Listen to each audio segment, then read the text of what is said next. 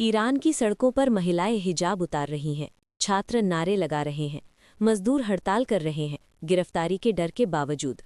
ये अफगानिस्तान नहीं है, ये कोई युद्ध क्षेत्र नहीं है, ये एक ऐसा राज्य है जो खुद को सर्वशक्तिमान मानता है। और इसी समय काबुल में तालिबान ये सब चुपचाप देख रहा है, डर के साथ। क्योंकि ईरान में जो हो रहा है वो सिर्फ ईरान की कहानी नहीं है, ये एक आईना है, और तालिबान को उसमें अपनी तस्वीर पसंद नहीं आ रही। भाग 1। तानाशाही सरकारों को विरोध से डर क्यों लगता है। सबसे पहले एक बुनियादी बात समझते हैं। तानाशाही सरकारें सिर्फ बंदूक के दम पर नहीं चलती, वे चलती हैं लोगों के विश्वास पर, इस विश्वास पर कि विरोध बेकार है, खतरनाक है या नामुमकिन है। राजनीतिक विचारक हन्ना अरेंट ने कहा था, जो सत्ता हिंसा पर ज्यादा निर्भर हो जाती है वो असल में कमजोर हो चुकी होती है। हिंसा ताकत नहीं होती, हिंसा ताकत खोने का संकेत होती है। आज ईरान इसका जीता जागता उदाहरण है। भाग 2।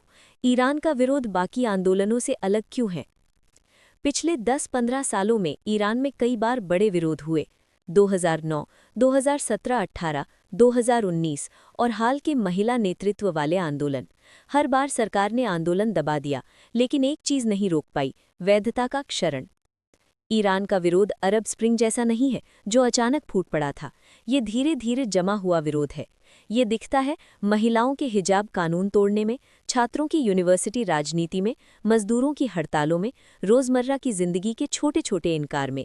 ये कोई जमीन कब्जाने वाला आंदोलन नहीं है, ये सत्ता को अंदर से खोखला करने वाला आंदोलन है, और यही सबसे खतरनाक होता है। भाग 3।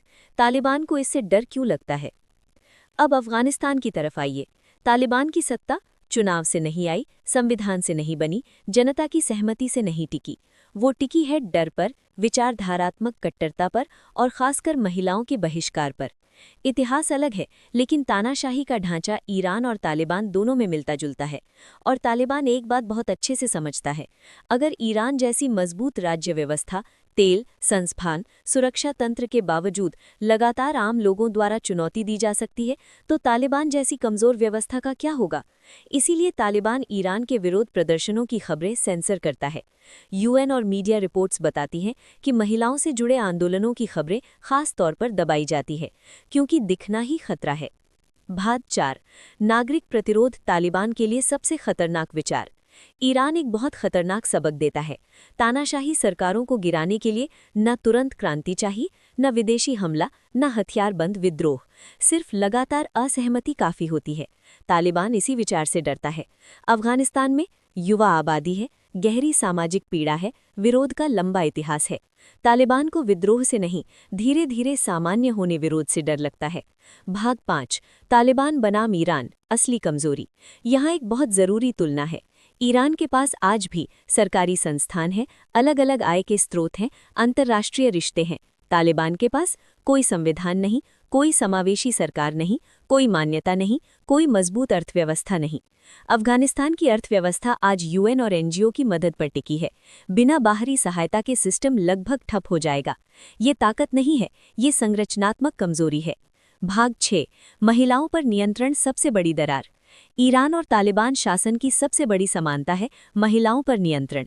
ईरान में जबरन हिजाब, नैतिक पुलिस। अफगानिस्तान में लड़कियों की शिक्षा पर रोक, नौकरी पर रोक, सार्वजनिक जीवन से पूरी तरह बाहर। यूएन विशेषज्ञ इसे जेंडर अपार्थाइड कहते हैं।